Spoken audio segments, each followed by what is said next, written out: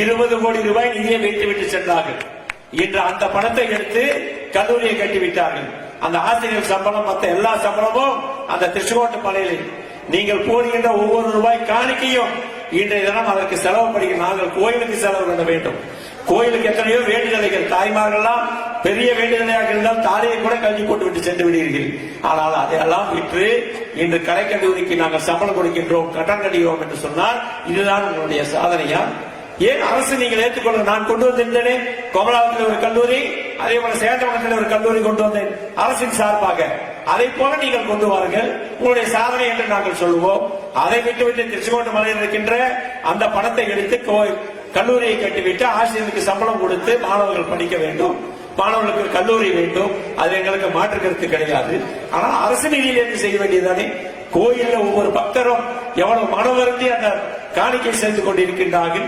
அந்த காணிக்கை எடுத்து நீங்கள் செலவு செய்து கொண்டிருக்கின்றீர்கள் என்று சொன்னால் ஆண்டவனே உங்களுக்கு தண்டனை கொடுப்பார் 26ஆம் ஆண்டு என்பதை நான் நேற்று சேவனபுரத்தில் பேசும்போது அரசு கலைக்கல்லூரி ஆரம்பிச்சிருக்கீங்க. நாங்கள் இருக்கும்போது 20 கோடி ரூபா அர்த்தநாரீஸ்வரர் கோயிலில் நிதி இருந்தது.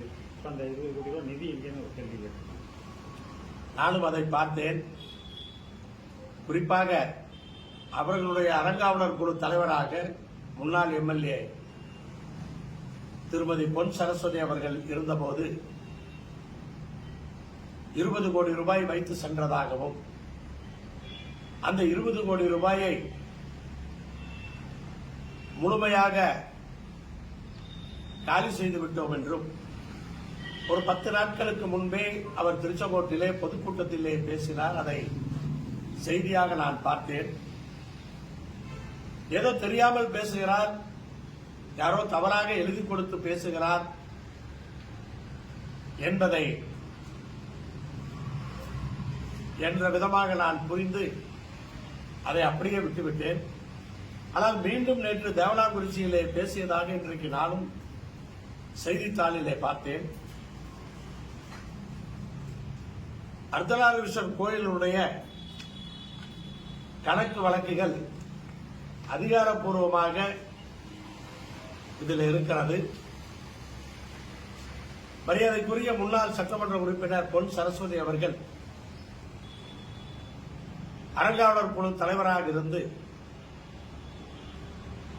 பதவி விலகிய போது 3,07,70,237 ரூபாய் வைத்திருக்கிறார்கள். எங்கே 20 கோடி?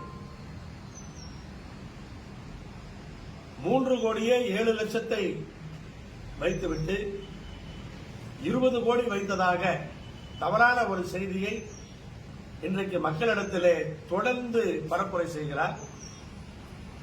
இன்றைக்கு 20 கோடி வைத்திருக்கிறோம்.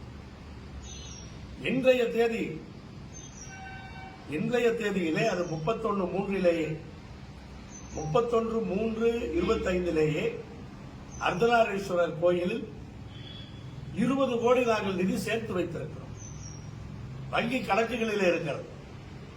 எதுவும் தெரியாமல் புரியாமல் அவர் பேசுவது கண்டனத்துக்குரியது, கண்டிக்கத்தக்கது.